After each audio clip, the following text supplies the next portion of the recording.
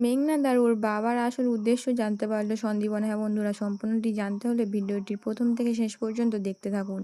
ধারাবাহিকের শুরুতে দেখা যাচ্ছে রূপালী অর্জুনকে বলছে, দাদাভাই তুই একটু শান্ত হ, তোর প্রেশার বেড়ে যাবে, শরীর খারাপ করবে। তখন গঙ্গা এক গ্লাস শরবত নিয়ে এসে অর্জুনকে বলছে, স্যার। অর্জুন তখন গঙ্গাকে বলছে, আমি ঠিক আছি। গঙ্গা বলছে, আমি জানি আপনার কিছু খাওয়ার ইচ্ছে নেই, তবুও এই শরবতটা খেয়ে নিন স্যার। অর্জুন তো তখন কোনো কিছু না বলেই শরবতটা খেয়ে নেয়। ঠিক তখন ওখানে সন্দীপন ফিরে আসে, এসে গঙ্গাকে বলছে, গঙ্গা একটু চা খাওয়াবি আর বাড়ির সবাইকে বলবি যে আমি ফিরে এসেছি। তখন রূপালী সন্দীপনকে বলছে, বাবা তুমি সকাল থেকে কোথায় ছিলে বলো তো? তো কখন থেকে ফোন করে যাচ্ছি, তোমার সাথে অনেক কথা বলার আছে। সন্দীপন বলছে, কেন কি হয়েছে? রূপালী তখন বলছে যে এখানে অনেক সাংঘাতিক ঘটনা ঘটে গেছে। সন্দীপন তো তখন অর্জুনকে গিয়ে জিজ্ঞেস করছে, কি হয়েছে রে অর্জুন? রূপালী তখন বলছে, বাবা তুমি এদিকে শোনো, তোমাকে অনেক কিছু জানানোর আছে। বলেই তো হসপিটালের সমস্ত ঘটনা সন্দীপনকে জানায়। ঠিক সেই মুহূর্তে ভাস্কর এসে অর্জুনকে বলছে, অর্জুন তোর সাথে আমার অনেক কথা আছে, আমার কথাটা তো শোন একবার। তখন সন্দীপন ভাস্করকে বলছে, ভাস্কর আমি তোর কাছে একটা এক্সপ্লেনেশন চাইছি। আর সিন্ধুজাকে গিয়ে বলছে, ছোট বৌমা তুমি কিভাবে অর্জুনকে বললে অহনাকে সিঁদুর পরাতে? ছি, ছোট বৌমা আগেও ওই কাজটা করেছে, আমি ওকে বঞ্চনা করেছিলাম, তারপরেও তুই ওর পাশে থেকে সাপোর্ট করলি কি করে? ভাস্কর তো তখন বলছে, দাদা বিশ্বাস করো আমাদেরকে বোকা বানানো হয়েছিল। ওই যে অহনার বাবা অজয় বাবু যেভাবে ভেঙে পড়লেন মেয়ের শোকে, আর ওই ডাক্তারবাবু যেভাবে আমাদের বোঝালেন, তাতে আমি ভাবলাম অর্জুন যদি এই ছোট্ট নাটকটা করে, তাতে যদি অহনার জীবনটা বেঁচে যায় তাতে করুক না, আমাদের ভুল বোঝানো হয়েছিল। আর অর্জুন আমি তোর বাবা হয়েও তোর কাছে ক্ষমা চাইছি। আর তোর মাও এই ঘটনাটা জানতেন না রে, আগের ঘটনার থেকে এই ঘটনাটা পুরোটাই আলাদা। তখন রূপালী সকলকে বলছে, এই দুটো ঘটনা শুধু একটাই মিল রয়েছে, আমি সেই মন্দিরের ঘটনার কথাটা শুনেছিলাম, সেখানে গঙ্গাকে সরানো হয়েছিল আর এখানেও তাই। সন্দীপন বলছে, কারেক্ট, তুই একদম ঠিক কথা বলেছিস। আর সিন্ধুজাকে গিয়ে বলছে, ছোট বৌমা তুমি দিনের পর দিন এইভাবে গঙ্গাকে অপমান করে যাচ্ছ কেন? গঙ্গাকে এবাড়ির বউ করে এনেছি আমি, তারপরে গঙ্গার অর্জুনের সাথে তুমি কি ব্যবহার করছো?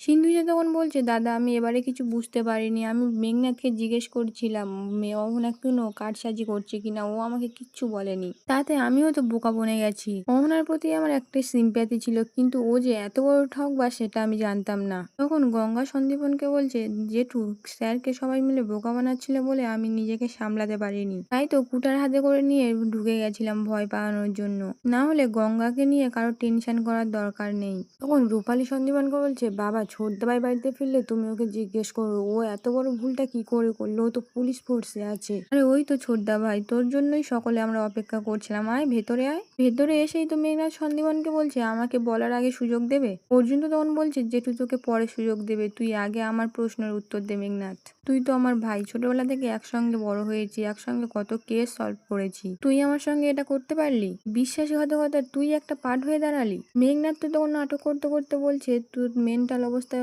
না ভালো ছিল না অর্জুন, খুবই ড্রামাটাইজ ছিল, ভেঙে পড়েছিল, কান্নাকাটি করছিল। আমি তো তোদের ছোটবেলা থেকে দেখেছি, তোদের প্রেমটা দেখেছি, আমি বিশ্বাস করতাম যে তোর আর অহনার মধ্যে ভালোবাসাটা এখনো আছে, তাই নিজেকে জড়িয়ে ফেলেছিলাম। আমি ভেবেছিলাম গঙ্গা সরে গেলে তোর আর অহনার আটকানোটা আর কেউ পারবে না। গঙ্গার ক্ষতি করতে চাইনি, তাই অহনাকে তো বেশি দিন ধরে চিনি, তাই ওর প্রতি ফিলটা আমার বেশি হয়েছিল। অর্জুন তখন বলছে, তোর কি মনে হয় তোর এই এক্সপ্লেনেশনে আমি তোকে ক্ষমা করে দেবো? বাবার কথায় কোনো পুলিশ কমপ্লেন লঞ্চ করিনি, কিন্তু তুই ছাড় পাবি না। আমি দেখবো যাতে কোনো বড় বা ইম্পর্টেন্ট কেস তোকে যাতে নেওয়া দেওয়া হয়, কারণ এই ডিপার্টমেন্টে কাজ করার যোগ্যতা তুই হারিয়েছিস।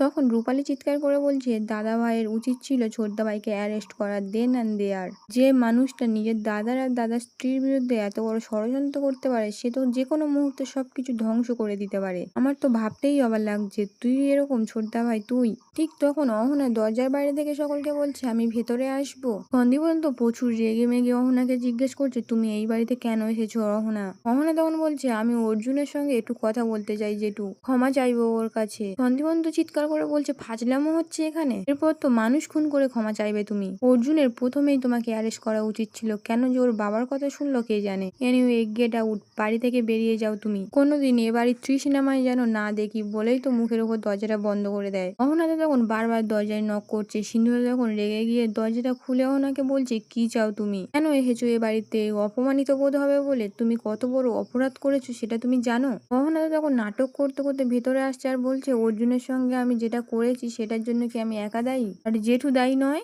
আমি তো শুধু অর্জুনকে বিয়ে করতে চেয়েছিলাম, তাই যেদিন অর্জুনের বিয়ে আমি সব ছেড়ে চলে এসেছিলাম। তাও জেঠু গঙ্গার সাথে অর্জুনের বিয়ে দিল।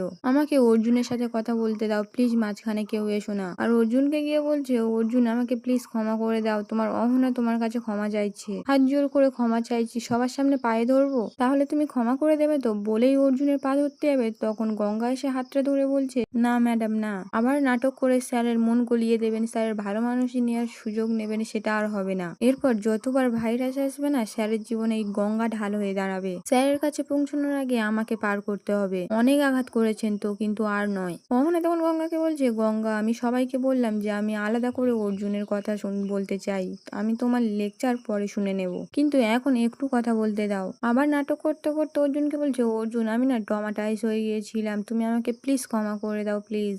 অর্জুন তখন বলছে, ট্রমাটাইজ তো আমি হয়ে যাচ্ছি অহনায় তোমার কাণ্ড কারখানা দেখে, আর প্লিজ দয়া করে না এই মানসিক অসুস্থতার নাটকটা বন্ধ করো এবার। এতে যারা সত্যিই মানসিক অসুস্থ না তাদের অপমান করা হয়। এবার তুমি আমায় ক্ষমা করো, এই টর্চার আমি আর নিতে পারছি না, বেরিয়ে যাও এখান থেকে, জাস্ট গেট আউট।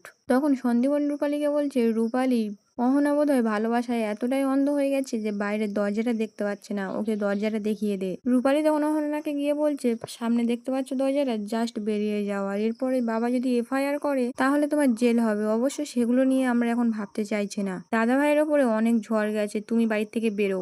বলেই তো হাত ধরে টানতে টানতে অহনাকে ঘর থেকে বের করে দেয়। আর মেঘনাথকে এসে বলছে, ছোটদা ভাই দেখিস এই বিহেভিয়ারটা যেন তোর সাথে না করতে হয়। এরপর বেশ কিছুক্ষণ সময় কেটে যায়। এদিকে তো তখন মেঘনাথ ঘরের মধ্যে রেগে চিৎকার করতে করতে বলছে, একদিন এই পরিবারটাকে আমি ধ্বংস করবই, মিটিয়ে দেবো, মিশিয়ে দেবো মাটিতে, কেউ আটকাতে পারবে না, কেউ আটকাতে পারবে না, কেউ না। হঠাৎ করে এই সন্দীপন বলছে, মেঘনাথ তুমি কিন্তু বড্ড বাড়াবাড়ি করছো। মেঘনাথ তো তখন ভয়ে ভয়ে মনে মনে বলছে, কিছু শুনে ফেললো না তো বুড়ো, দিনকাল তো আর ভালো যাচ্ছে না আমার। সন্দীপন তখন ভিতরে এসে বলছে, আমি তোর সম্বন্ধে জানলাম আর শুনলাম, তাতে তোকে নিয়ে আমার ভয় করছে, তুই কি তোর বাবার রাস্তায় হাঁটছিস?